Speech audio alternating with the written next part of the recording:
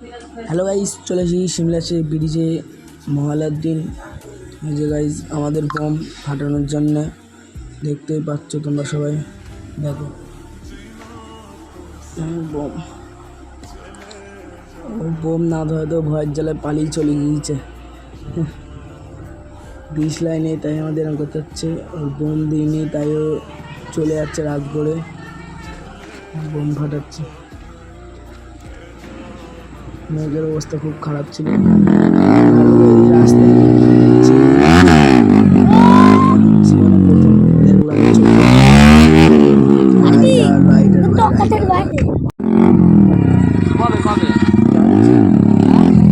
আজ কাল পশু যে ফাটিয়েছি আমার নাম আরেক আছে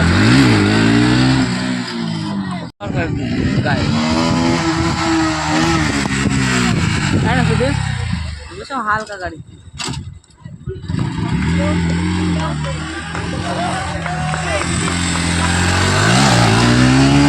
এর নাম সুদীপ।